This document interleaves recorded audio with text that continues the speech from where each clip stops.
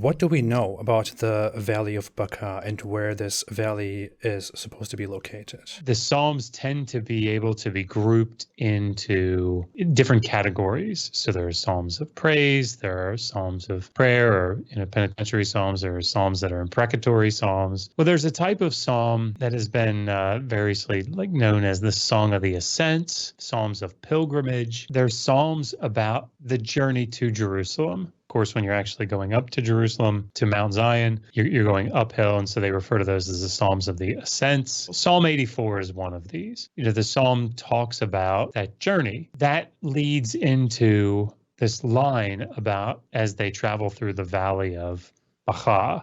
There are basically two main views on what the word there means.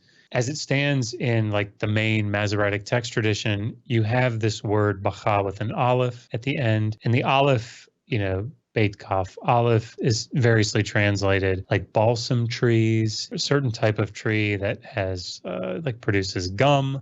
And I'm not an expert on, trees or anything like that. So then it's sort of okay, well, these types of trees tend to grow in dry areas or, sandy areas, more arid areas. And that would fit with the psalm because it's as the worshipers are making their pilgrimage through this dry area where these balsam trees are, springs are, coming up, and they're bringing the joy with them and enlivening the land. That's one, way that's been interpreted.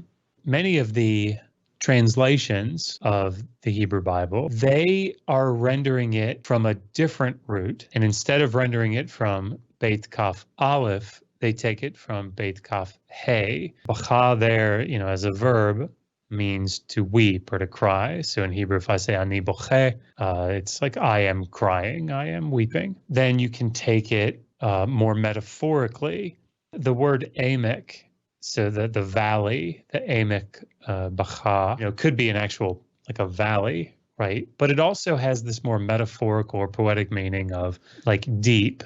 So when you couple deep with sorrow or weeping, then you have very deep sorrow. And there are people that do take this as a definite place, a definite valley.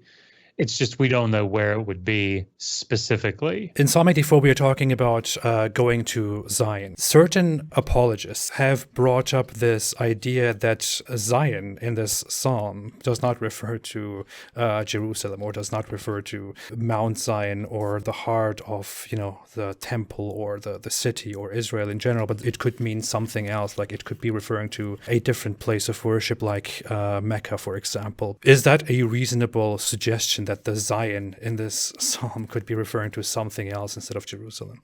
It almost exclusively refers to parts of Jerusalem, right? There is a broader usage where it can refer to all of Judah, but again, it all sort of focuses in on Jerusalem. And it would be inconsistent, right? Because when we look at the Psalms around it, related Psalms, we see Zion so much in these Psalms, and they very clearly refer to Mount Zion or to Israel, to Jerusalem. Sure, yeah, in this Psalm, absolutely. And this is very, very explicitly referring to Jerusalem, and this is where they're going for their holy feast. That's what the Psalm is talking about. So